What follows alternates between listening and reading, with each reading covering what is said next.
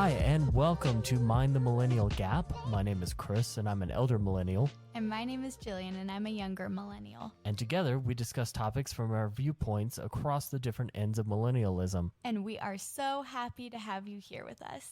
Hey, Cheech. Hey, Chris. Wow, if you could only hear the conversation we had testing the mics today, it was fabulous. That was for Mind the Millennial Gap After Dark. Way after dark. Oh, How you been? I've been great. Look at us, I've been 2 great. weeks in a row. Look at, we're back at it, baby. We are back. Love it. Love to see it. Awesome. What's new? Anything new? Okay, so since last time, I'm not going to go into either of these stories, but just know that we are now, as a household, anti-crow and pro-chiropractor. Two things I never thought I would ever be saying, but here we are. Here we are. That's what kind of week it's been. Do you realize how, incomplete those, thoughts are? Yes. Yeah, but also... Yeah, how many people are wondering, what did a crow do to you? That I know what a crow did to you. You do know what a whole murder of crows did. However... We'll put that on the Patreon that doesn't exist. How's that? Yeah, and we'll just... Everyone use your imaginations. Come up with your own stories. Oh, jeez. How was your week, Chris? My week was good. I left town. I went back to my company headquarters. Had to do a couple of things there. Came back to the lovely weather that Washington provides. So thank goodness for Washington summers. They are the best. And I've collectively done 2.5 weeks of Washington summer. Everyone, they are great. They have been absolutely, absolutely wonderful. And yeah, it is hot and dusty back where we came from. So. Just in time. Hey, Chris. Yes, Miss G. If you had to describe your last week in terms of the 90s and early 2000s cartoons, which cartoon most closely matches your vibe? Of my last week? Yeah. Were you Teenage Mutant Ninja Turtle vibey, fighting some crime, getting some work, enjoying some pizza? Were you... Do you want me to say Ninja Turtles? I feel okay. Let's see here. Sitting on a stoop. I think my cartoons... Ninja Turtles were very much part of the cartoon set for sure. The Ninja Turtles were? Oh, very much so. But for some reason, DuckTales, kind of identified with the Huey, Dewey, and Louie a bit, and why they live with their Uncle Scrooge. Never ever connected that storyline. Did you notice that? I have never seen DuckTales before. Okay. Only ever heard about it from you. Fair enough. I think, let's see here, if 90s cartoon,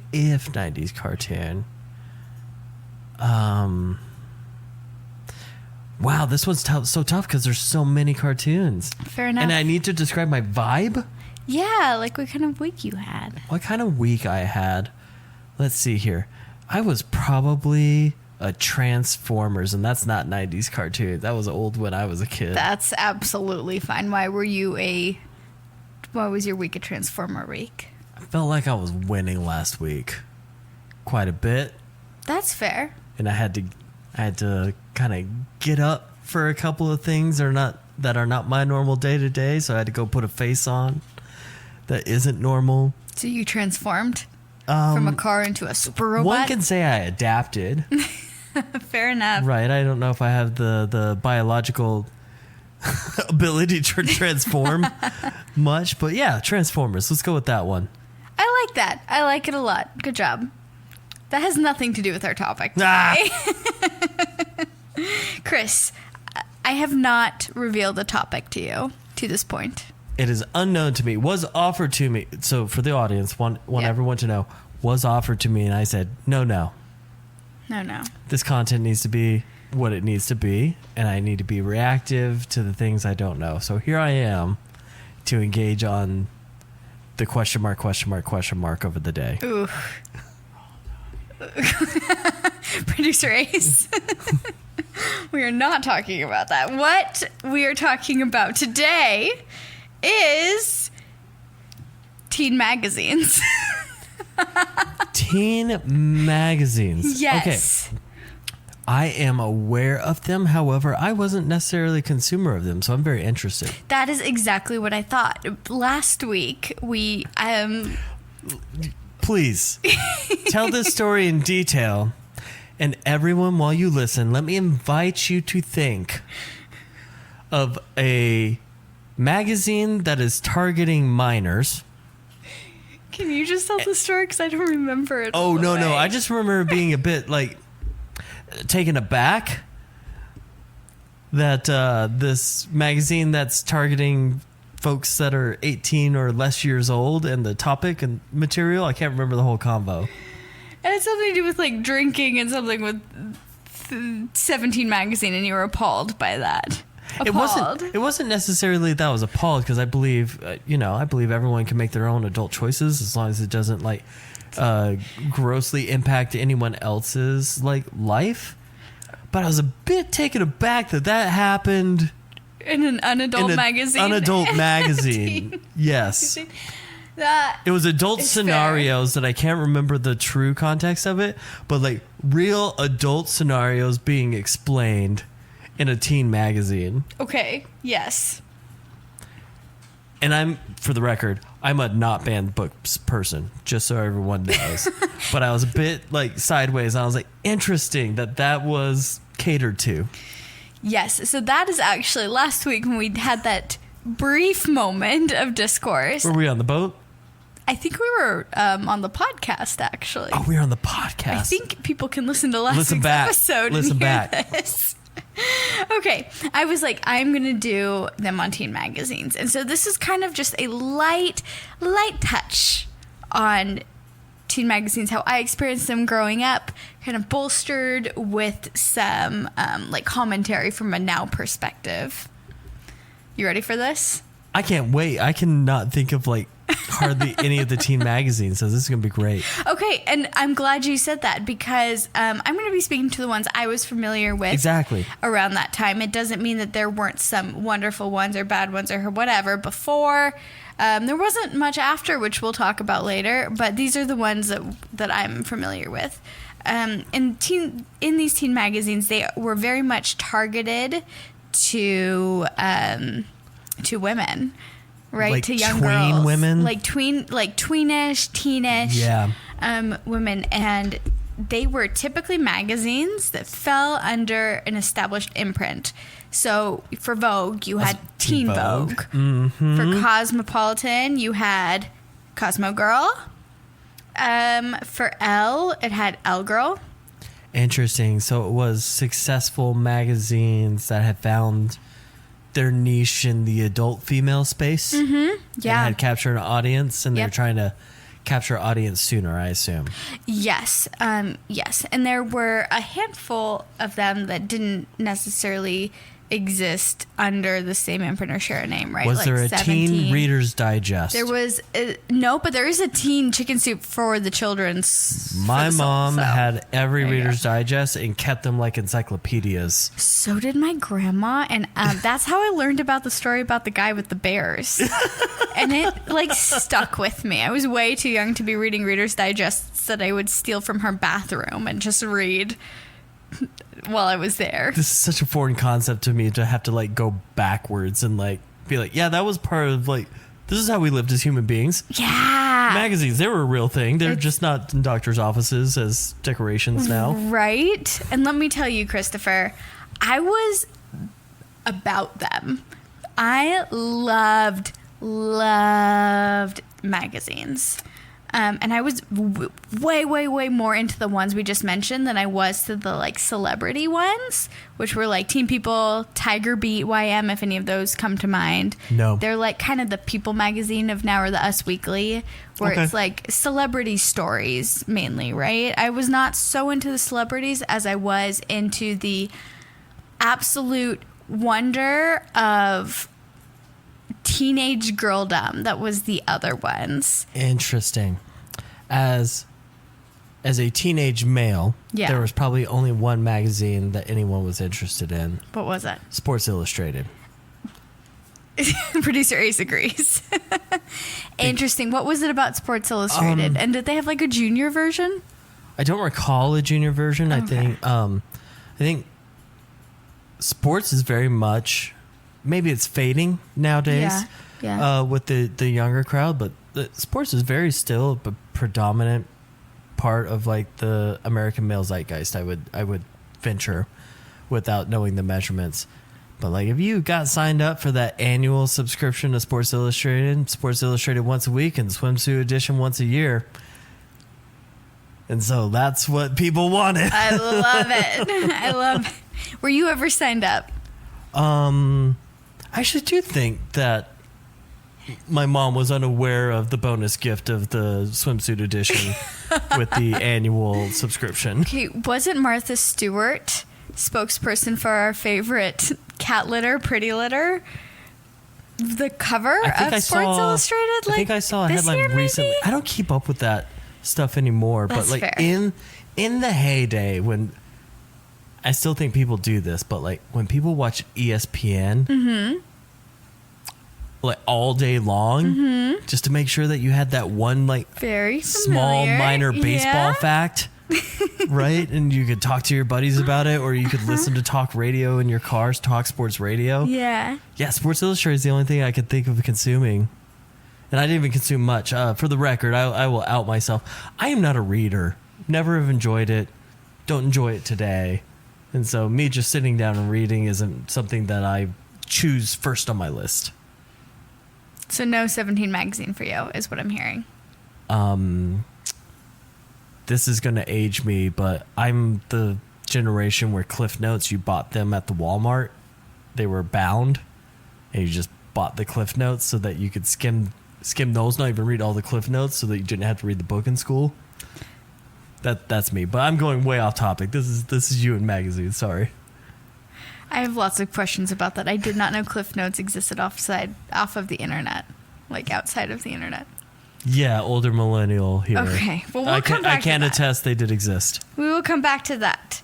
So your girl here, my favorites were Cosmogirl and 17, like absolute favorites. I don't think I ever had subscriptions to either of them, but I would buy them every single month at the grocery store. Why those both two? of them. What was it about those two? Guess what? It turns out they actually have a common link. The founder of Cosmogirl, the one who told Cosmogirl, hey, you need a younger magazine. At the age of 26, she founded this. Later went on to be the editor-in-chief, at 17. So there were like through lines that connected all of this together. Her name was Atusa. I remember she would do like Love Atusa and some other things we'll talk about. Go Atusa, 26, ambition. And she's pretty remarkable as like a human being as well. Wonderful. So it turns out, there is a common thing. Chris, what do you think were in these magazines? Oh. Besides underage drinking tips. I'm sure there was people who wanted to lead you into fashion directions. Okay. General relationship advice. I don't know for a fact, but I hope there was at least a crossword in there. Something a little mentally challenging would have been nice to have. Were you doing crossword puzzles in Sports Illustrated? I was that person in college that went and picked up like the college newspaper so I could play the Sudoku on the back. I love that. Okay. So you're there for a little game. I am All right. 75 years old. Love that. Love it. What was in the magazines? So was I somewhat correct? You were kind of close. I am going to hand you my iPad now. Okay. And I have two pictures. You're going to start here, and then there's another one here. Describe what you see in this, and then please read out the headlines of what the articles on the inside are from both of them. Can do. For the Thank record, you. everyone, I love Jillian to death. But anytime you touch one of her devices, it's probably 4% charged or less. It's at 100%. This is 100%. Because I just took it off the charger because you put it on the charger for me. Fair. Okay. Yeah. Screenshot 1. Emma Watson. No, sorry, start with the other one. Oh, I'm starting with the 17 one? Yes. All right. 17 with a young-looking Beyonce. Correct. Probably very photoshopped and touched up, but just posed correctly for this cover shot. Okay. 9 ways to become his girlfriend is one of the headlines. Pretty hair ideas, plus exclusive coupons to the things that we're pimping to you more than likely for those hair ideas. Okay. Beyonce, I was like, enough of this. I'm eating. So, Is that the little interview bite that they put on the cover? yeah, little Okay, human forward. This okay. is January 2007, in case you all want to time capsule yourself in that moment. We do also, yes, we do. Over 1,000 new makeover tips. Over 1,000. Over 1,000. That probably took up all the pages of that 30-page or less magazine, I would assume. Probably. Can you read what these tips might include? Get the body you want, before and after clickbait picture inserted here. Yes. Shiny hair secrets. And it looks like Rachel Bilson, who Does have very shiny hair. I don't know what she is an actress on, but I know she's an actress. She's on the OC. Was around this time. Okay. What a nose job feels like, and poor Ashley Simpson, of all people, is side profiled on that picture. She did have a very notable nose job, yeah. Look hot, maybe like a model. Carolina Krakova, I don't know who this is. And make over a cheesy friend. If you want to go make an 80s movie by yourself in your own high school of your own bedroom, get that one friend that you just disagree with generally of their life decisions, and you make the life decisions for them. Jessica Simpson pictured here. So, yes, I found that, like, so startling. All right, so that was the cover of which magazine, Chris? This was 17, where Beyonce definitely was not 17 in 2007, and they modified the crap out of this picture to make her look younger than she was. Okay. What are the common, like, themes you're picking up, and how do they stack up to what you thought would be in a magazine? You apparently don't know how to achieve the things that women should be achieving in life. Let me help you. Ooh, interesting. Okay. It's looks and relationships, Yeah. and how you can modify your looks up to the pain level of getting a nose job. Yep. For the sake of 9 ways to become his girlfriend. Only 9 ways. Only 9 Because ways. the 10th one they couldn't prove. No. Okay, so thank you. Can you move to the other picture, please? Other one, Teen Vogue, which, by the way, Yeah. I have worked with the chief editor's husband of Vogue magazine for a period of my fun. career. Wonderful man. Love him to death. Love that. Okay, Teen Vogue. Here we got a serious picture of Emma Watson, hands on hips, looking a little serious here. Let's see here. Teen Vogue. Hermione returns, Harry Potter star. Emma Watson is all grown up. Okay. Solid gold. How do you take a tan all winter? Fake a tan, I'm kind sorry. of interested in that. The shape issue. What to wear if you're curvy, short, tall, or athletic? Let me tell you what you need to buy, is what I'm hearing there. Hurricane Katrina, because we needed a little bit more content. Teen survivors share their stories. Well, heaven forbid they actually do something that's relative. And Gigi's favorite Laguna Beach character, Talon themselves. That's just it.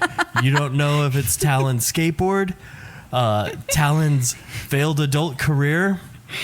Don't you It's just dare. Laguna Beach's Talon. It is clickbait before Just clickbait enough existed. said.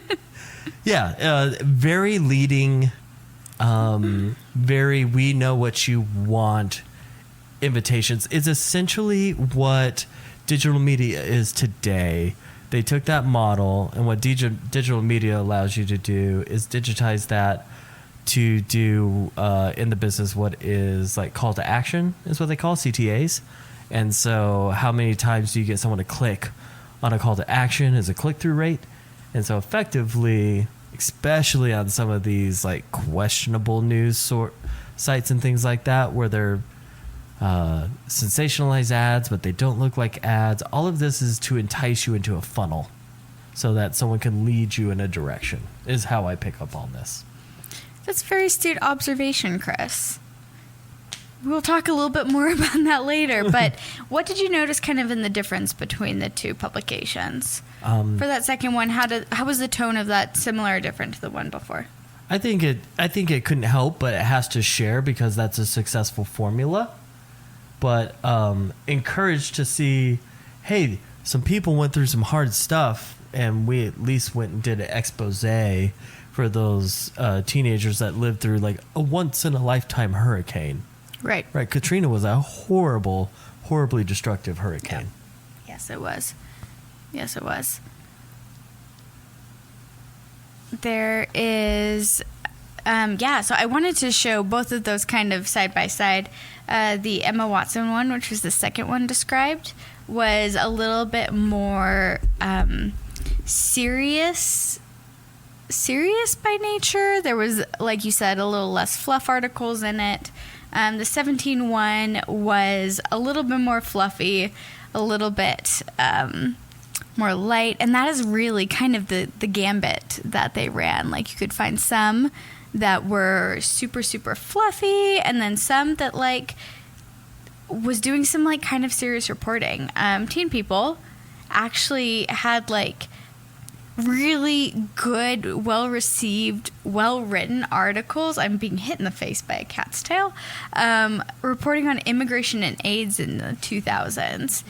So a lot of adults were like, oh, maybe we should take these magazines a little bit more seriously after that. Something I wanted to like talk a little bit about is you saw so many things, particularly in that 17 magazine, where it was the dialogue surrounding the focus of it was exactly you said, you're not enough.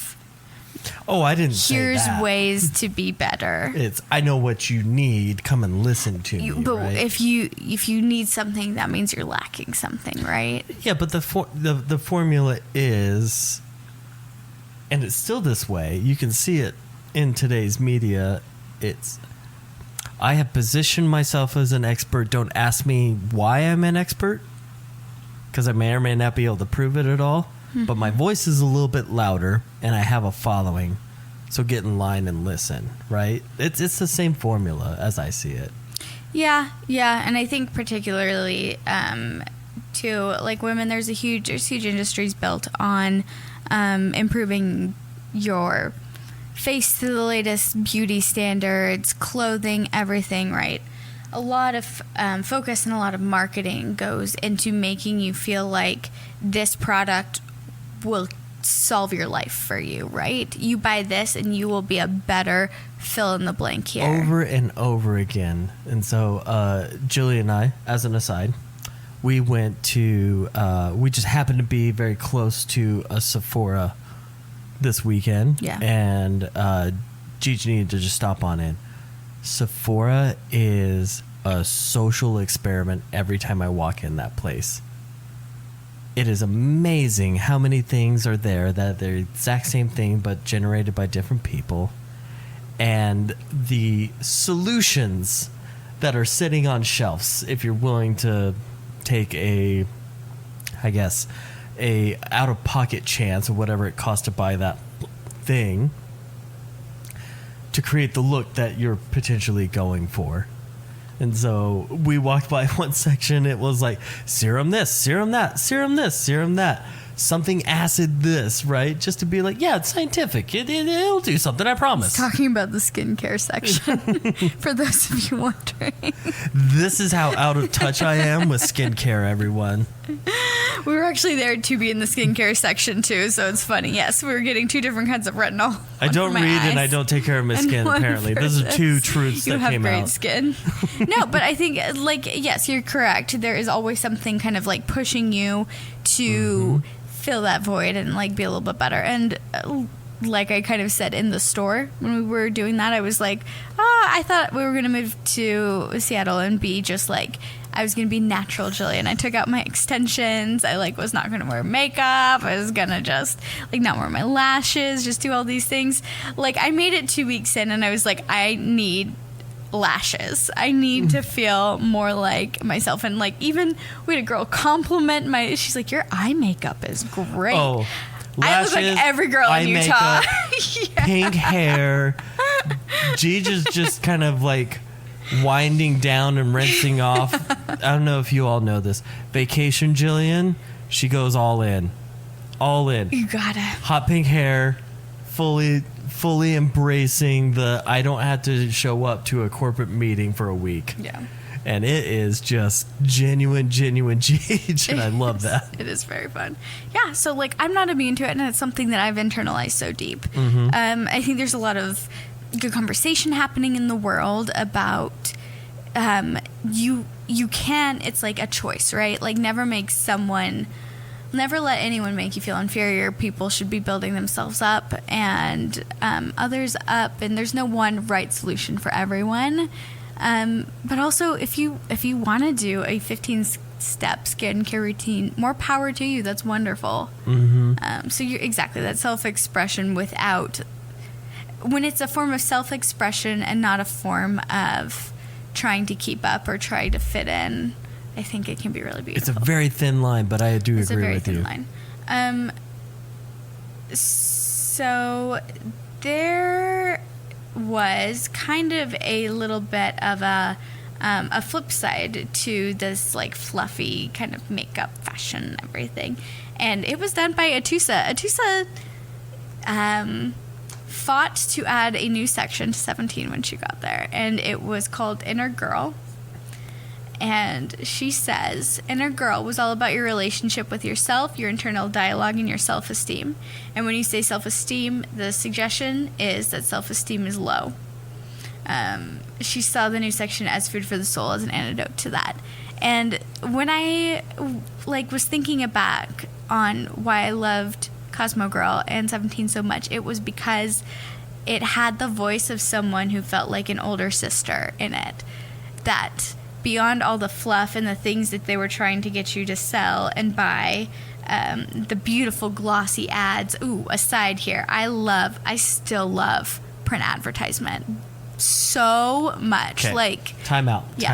What is it about print advertising that has you captured? I am just about to say that. Oh, thank you. You are perfect. There's something about the glossiness of the pages and just how rich the tones can be. I particularly love a blurry black and white. I don't care what you're selling. We'll probably not even know what it is, what brand it is, but there is something about that just, it's mesmerizing. I actually remember one of my very favorite ones, and it was, I don't know, it was probably a perfume or something. And it was this girl galloping on a horse, and she had a guy behind her, and the way he was looking at her, I was like, that is it. That is the ultimate. That is the true love. I cut it out and put it on my dream board. And I can still see it in my thing. So yeah. That got you. It got me. Yeah, the print, I was not susceptible to buy anything from the advertisement, but still to this day I maintain how much detail and artistry and thought and emotion has to come together to get that single perfect shot that is supposed to convey what you want someone to feel, to be enticed to purchase their product. Wow. Yeah. Wow. That math has never really truly lined up on me often at all, of just advertising. Rarely, I'm sorry, occasionally it'll get me to click right now, and that's usually I'm buying something not for myself is what happens there. But coming back to perfume and cologne ads, That was the best part about a magazine. Let's be real. The 2 or 3 pages that were soliciting their products, and you could peel back like a 1-inch strip that was sealed with glue, and they had sprayed the fragrance inside the little pocket of the fold. Yeah. Best thing about a magazine. That was really great. And you just like sniff them. You try to rub it on you a little bit until you had no more sniffs left. Yeah. Those were great. That was the best part about magazines. That was a really good part of magazines. Just scratch and sniff. Just all the good things. Okay, back to Inner Girl. So it was this like refreshing break of genuine, you can be yourself. I was awkward too. We all go through things. You can make it out of this. You are meant for big things. Like little rah-rah section at the beginning, which was really beautiful. So as the 2010 or as the 2000s kind of blend to the 2010s, a lot of these went away. Was that the just advent of digitized media? Exactly. So most of them have folded. The remainder are digital only. I believe Teen Vogue is still around and is digital only. There's been a couple of other ones that have come and gone digitally, like Jane was one. Ooh, I've never heard of that. That kind of came and went. But yeah, so kind of as we look back at this period of time with our 2023 eyes, things like there's a lot that you can see there that maybe we didn't consider when we were putting these things in our little brains. Like if we were to think about this for a moment. Yeah. Were magazines just centralized influencers that maybe were a bit nameless unless you truly sought out like who authored or who penned the article? Yeah, I think you are exactly right on. And where the content was bigger than the person, now it's inverted. The person is the bigger than the content. Exactly. I think so, and we'll get to our kind of where these areas have transitioned into in just a minute. By the way, this is a great topic, especially where I didn't experience a lot of this growing up. This is wonderful. Thank you. I'm having fun. I really like this one. Okay, so now with our 2023 eyes, we see things related to fashion, celebrities, gender, race, sexual preferences, everything just like very differently than we did back then. And it is when I was reading a lot of the covers to look for 2 examples for you to read. Yeah. And immediately, like things, I was just like, wow, seeing so many en masse, like the absolute lack of diversity among covers. It was kind of like a Utah hair school billboard in that it was like, here's all these white blonde people, and we'll add in a brunette every once in a while for some diversity with air quotes around it. Like that's their definition. So it was really, really disappointing, the lack of diversity among those that were chosen to be on the cover. Also, ethnicities were largely ignored. Everything is very like hetero and cis focused in terms of like, here's 9 tips for him to be your boyfriend, right? Like things like that. It did not go beyond like a very straight cis experience. Body types I didn't really see until like the late covers that I could find. Any sort of talk about anything other than losing weight or like you could be curvy or athletic, right? Like those are kind of where you live. But you're exactly right. The genesis of presenting more than what people think the body type of the moment is. Exactly. Kind of came towards that part of your life when you were getting out of this teen magazine target audience. Yeah. And where you're starting to see plus size models and all sorts of other things to say, hey, in America, I can't speak for many other places, but in America, we all come in many different shapes and sizes compared to maybe some other countries, and people started to experimenting with, we can target ads to not just, I call them cigarette ads. I'm old enough to remember like cigarette ads before they heavily regulated that. Everyone was having fun in the perfect moment, laughing in the perfect situation of like 72 degrees sunshine outside, enough beautiful like women and men. Like that's what I call a cigarette ad. And it was really interesting to watch people get away from like this single formula and really, we're a little bit more multidimensional as an audience and people. Yeah, yeah. And it doesn't mean that we have these things solved, that we are like everything is inclusive all the way, all the time. Right. But we are much more, I think, aware, and it's in a lot of places are doing a lot better to better include people, to better include more people into their target. The greater spectrum of the American population. Yeah, representation like really matters, and every day I'm trying to learn a little bit more and like get better at like understanding struggles beyond myself. And so yeah, just like props to us for coming this far. It's been a hard fight and we're not great, but yeah, we're getting better. Another thing that I really, when I was looking at it, I was like, this pushes the hope and thought of perfectionism so hard. And when you're a teen girl, you're kind of already a little bit prone to be obsessive about that. Mm-hmm. And I was like, wow, you really think that in order to be worthy, you need to be perfect. And so it like broke my heart a little bit for like our whole generation that grew up thinking that we weren't quite enough. And I'm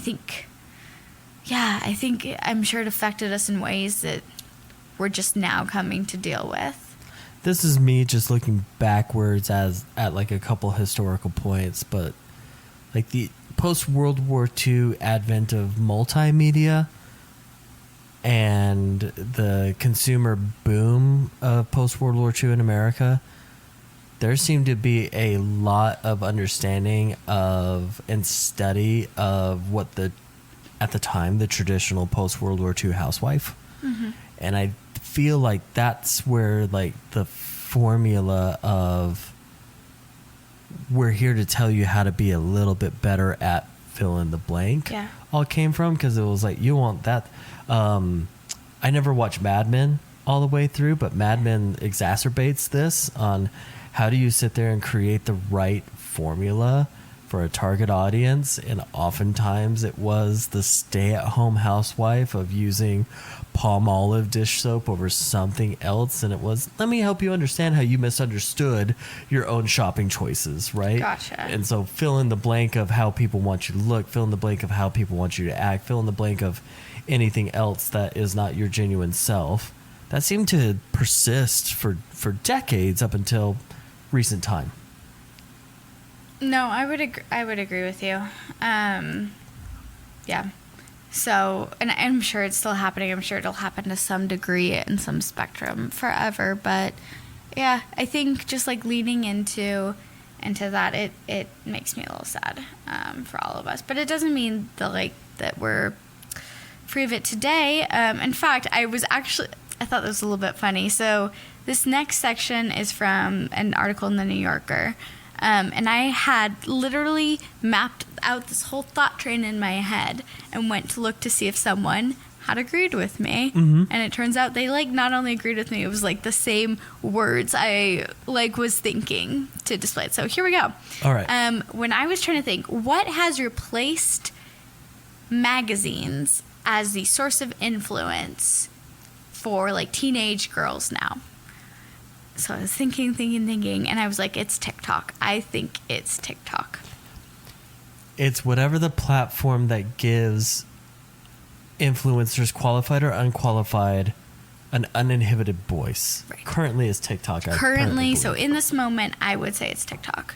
And immediately I was like, well, how wonderful is that? Because how much knowledge and how many different viewpoints are people able to see because they have more than one voice at their fingertips telling them what to do.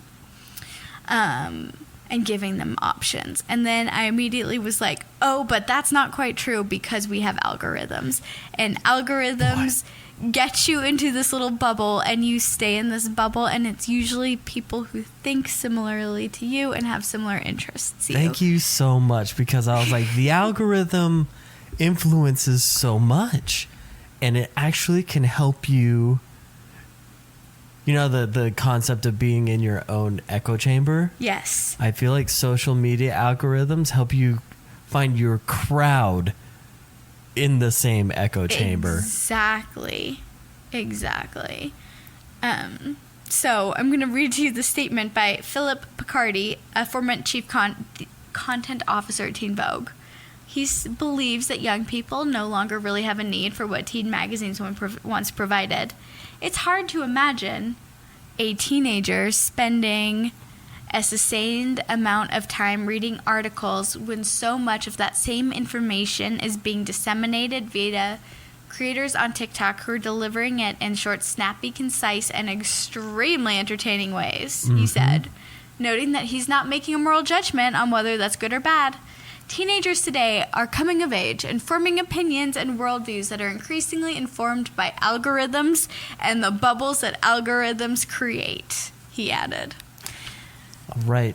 Everyone can sign up for my class at the local community college. I will be teaching. No, I'm just kidding. It feels incredibly obvious to me. Yeah.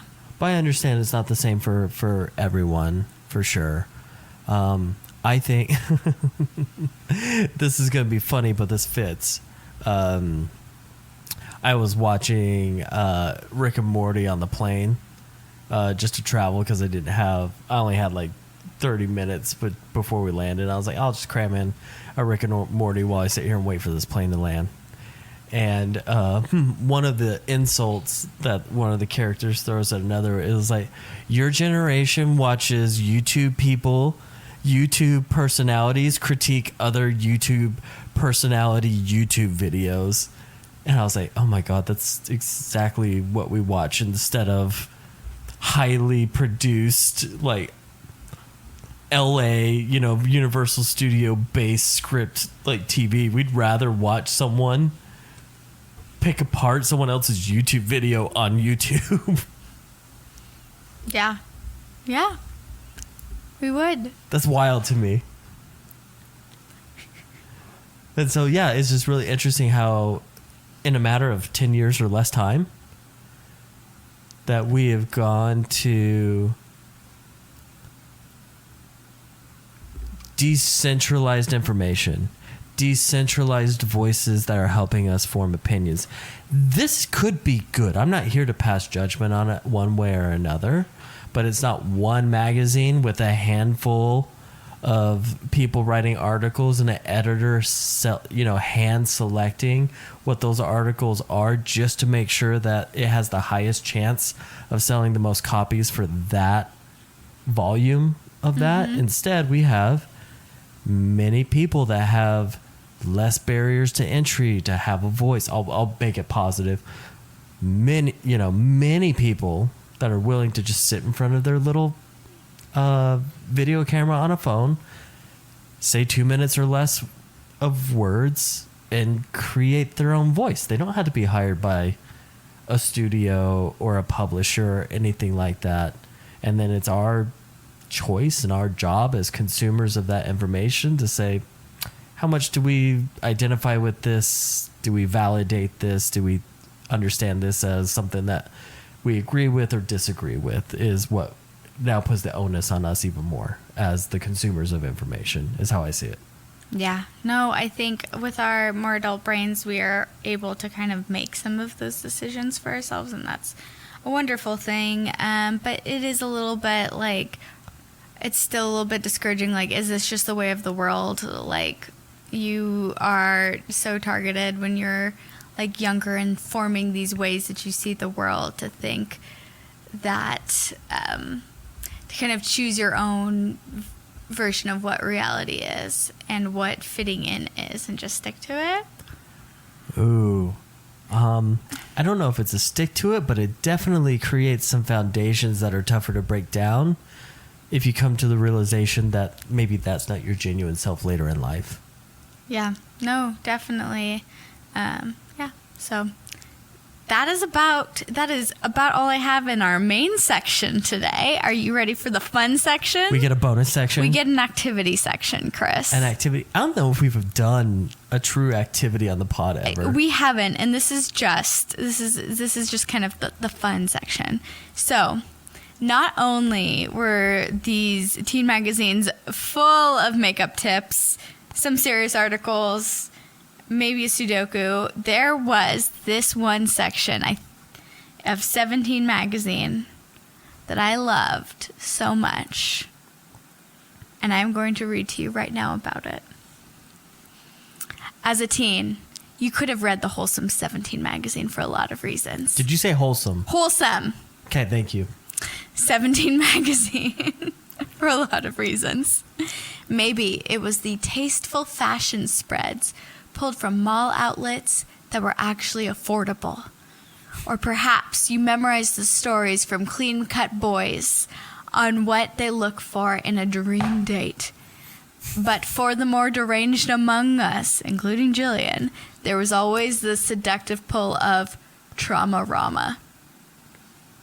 Can you explain to me what Trauma-Rama is? I've never heard of this before. You are in luck because the next paragraph will do exactly that for you. All right, ready? I'm here.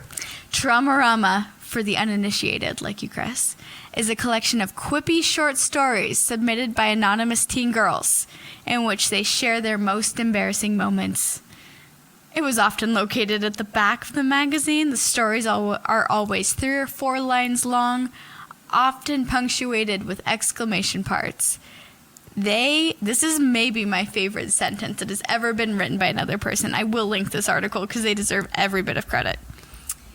They can read like demented haikus with references to bodily fluids and gases aplenty. If you got your period on your desk in English class, that's a Trauma-Rama. If you accidentally threw up in front of your crush, that's a Trauma-Rama.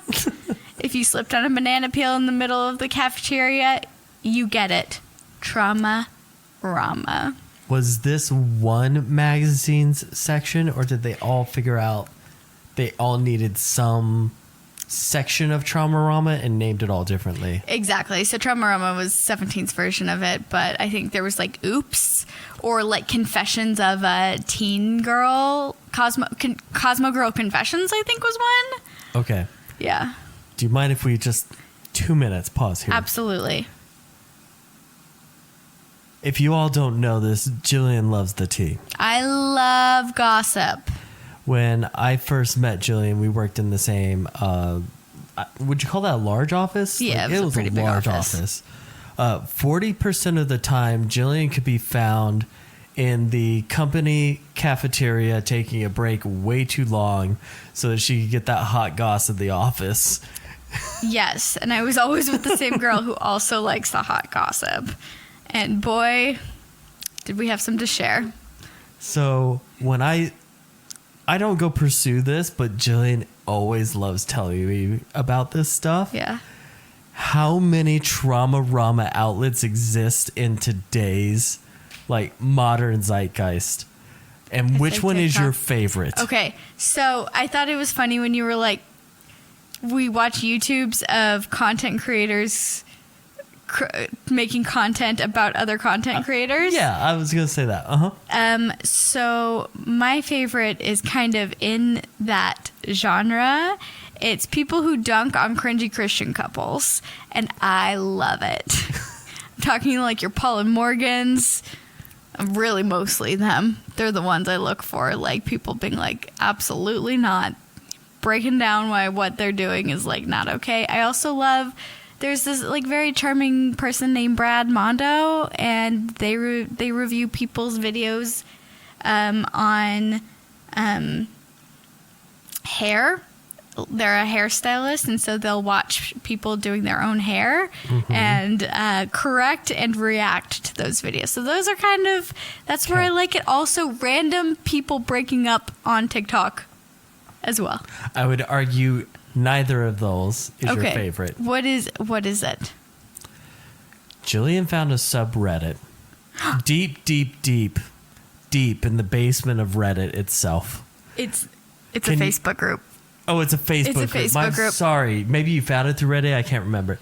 There's a Maybe. Facebook group that seems to have a decent sized audience in the greater Salt Lake area.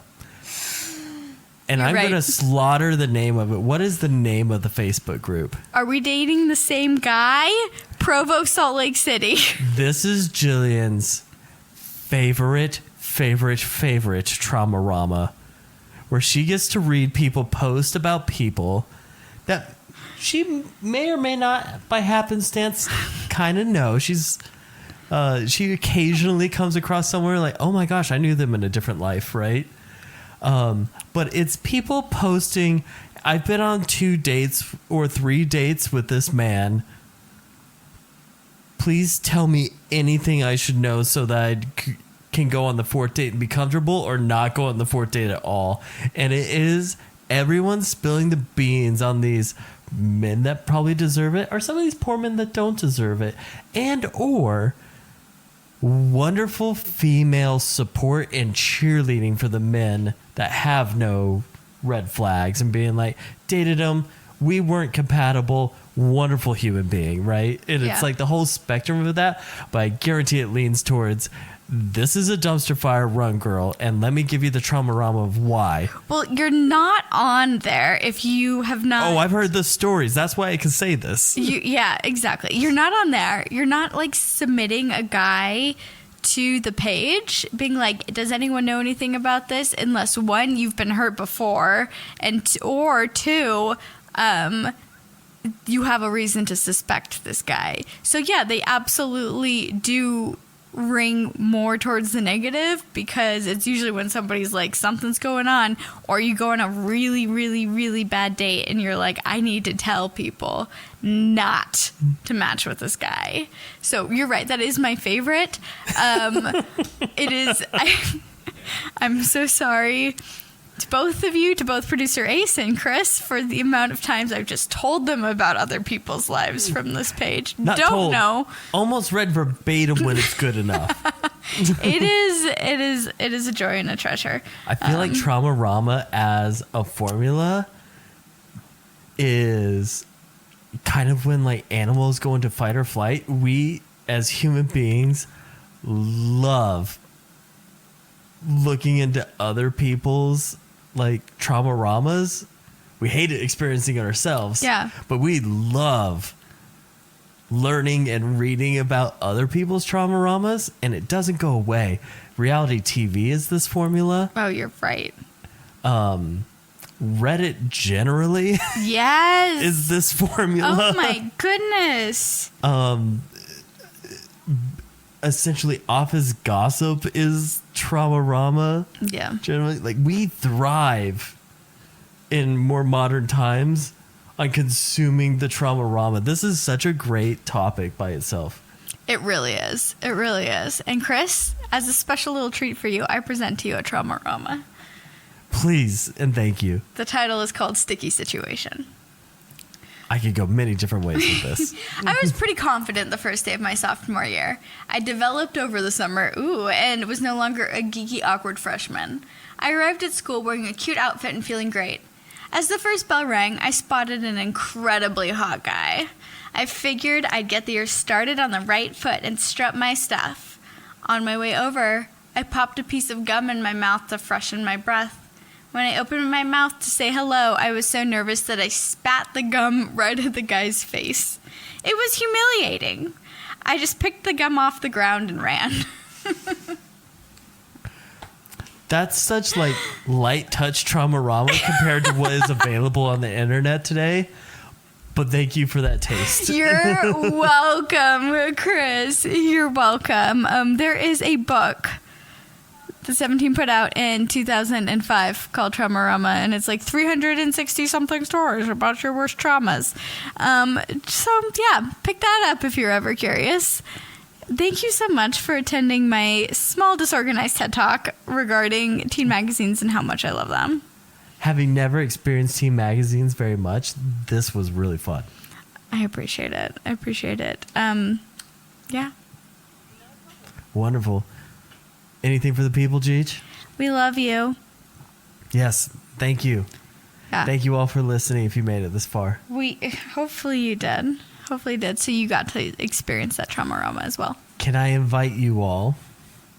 I know it's very difficult to submit a Trauma-rama to us on social media platforms because it typically has to come through your, I guess, profile. Yeah. So it tattletales on you. But maybe serve Jeej up some Trauma-ramas, whether they're yours or not yours. Absolutely. Accepting all Trauma-ramas. So accepting all Trauma-ramas on Instagram or TikTok or email. mindthemillennialgap at Gmail. Mind the Millennial Gap on Instagram. Mind the Millennial Gap Pod. Yes. On TikTok. Yes. And feed this girl. She gets a bit hungry with that Trauma-rama. Please do. I'll keep them locked in my little heart vault.